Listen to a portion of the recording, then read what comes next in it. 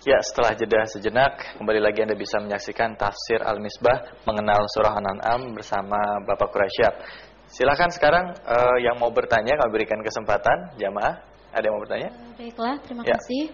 Saya Bagiatul Auladiyah. Dari penjelasan yang tadi Bapak jelaskan, mengapa dalam ayat tersebut kata adil itu menggunakan kata qisti bukan adil? Sebenarnya apa perbedaan di antara kedua kata tersebut? Terima kasih. Qist dan adil.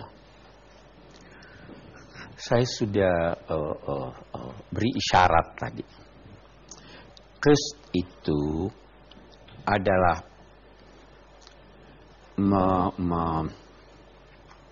menjadikan dua pihak keduanya senang. Adil itu adalah menetapkan yang benar walaupun salah satu pihak tidak senang. Saya beri Anda contoh. Kalau seorang datang ke pengadilan, yang satu berkata ini milik saya, yang lain berkata tidak, ini milik saya, masing-masing mengaku miliknya.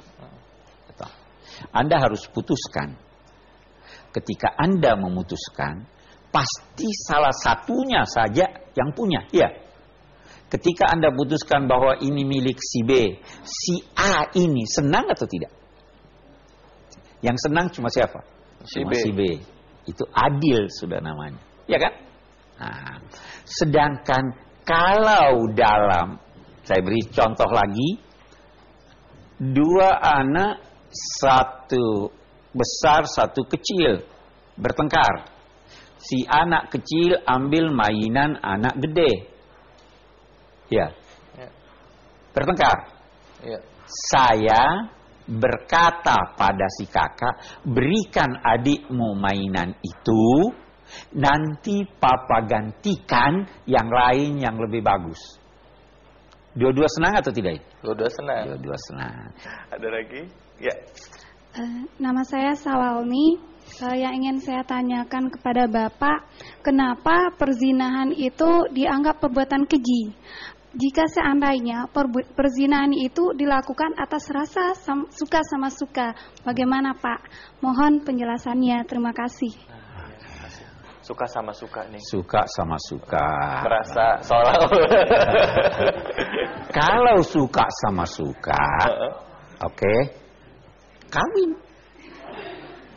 Karena orang yang berzina itu pada dasarnya dia melakukan perzinahannya untuk kepentingan sesaat. Ya kan? Hanya nafsu saja. Hanya nafsu saja. Padahal hubungan antar pria dan wanita yang mengakibatkan bolehnya hubungan itu hendaknya langgeng. Sedangkan perzinahan itu saat tadi. Yang kedua, sebenarnya kalau kita bertanya pada siapapun, mau tidak saudaranya dizinai orang? Tidak mau. Ya. Bahkan seorang pezina pun juga tidak mau.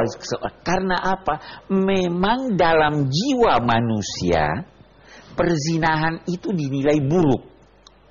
Nah, sehingga kalau terjadi hubungan antara pria dan wanita dalam bentuk perzinahan, maka dampak buruknya bisa mempengaruhi anaknya.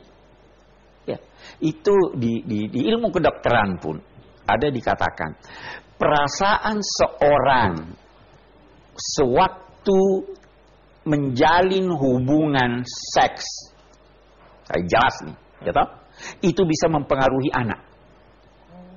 Sehingga saya mau jelaskan lebih ini tadi. Bagaimana itu? Kalau Anda masak untuk tamu, berbeda enggak perasaan Anda kalau Anda masak buat sehari-hari? Beda ya? Karena apa? Oh, ini tamu, saya harus masak yang enak, yang bagus dan sebagainya. Itu perasaan sewaktu melakukan sesuatu bisa mempengaruhi produk Anda. Ya, Makanan yang kita bikin. makanan yang dimasak. Perasaan sewaktu melakukan hubungan seks, kalau anggap itu perzinahan, bisa mempengaruhi atau tidak? Bisa. Karena apa? Dasarnya manusia yang normal tidak mau zina. Nah, maka itu dianggap kekejian. Walaupun suka sama suka, sebenarnya suka sama sukanya itu sementara sebelum itu. Iya. Begitu selesai ini, ada timbul penyesalan. Ya, ya toh, laki-laki menyesal, perempuan menyesal. Lebih-lebih perempuan itu biasanya. Karena perempuan itu diibaratkan seperti korek api. Begitu Anda pakai sekali korek api itu, masih bisa dipakai atau tidak? Tidak bisa. Itu kalau perempuan. Karena yang tanya perempuan, jadi saya tidak berikan tanya perempuan. Sudah jelas ya? Sudah jelas ya? Ini yang laki-lakinya mendengarkannya khusyuk sekali nih kayaknya. Bagus benar ilmunya. Silakan pertanyaan berikutnya. Silakan, mudah-mudahan bermanfaat yang tadi. Silakan Bapak. Saya F. Arifin. Saya mau bertanya pada Pak Quraisy. Ya, Pak. Tadi dikatakan dalam salah satu 10 Commandments, wabil walidaini ihsana. Lalu bentuk ihsan kepada orang tua seperti apakah yang disuruh dalam Islam dan batasan-batasan apa? Seandainya disuruh maksiat oleh orang tua, tidak menyakiti hatinya, bagaimana? Terima kasih. Assalamualaikum warahmatullahi wabarakatuh. Bagus. Ada dulu satu hal. Ini disepakati oleh semua pihak. Siapapun dia. Yaitu kita berkewajiban untuk pertama berbuat baik kepada kedua orang tua. Siapapun orang tua itu, muslim atau non-muslim. Semua itu harus berbuat baik. Tapi ada batasannya. Yang kedua, kita harus menepati janji kepada siapapun, walaupun pada binatang. Anda janjikan mau kasih makan, tidak kasih, tidak boleh. Yang ketiga, amanah. Nah, tapi ada batasan-batasannya. Kalau yang tertinggi perintahnya adalah Tuhan, disusul dengan orang tua. Kalau perintah orang tua bertentangan dengan perintah Tuhan, tidak boleh diikuti. Tetapi tetap harus berbuat baik kepada orang tua. Wa in jahadaka ala an tusyrika bima laysa laka bihi ilm fala tuti'huma wa sahibhuma fid dunya ma'rufa.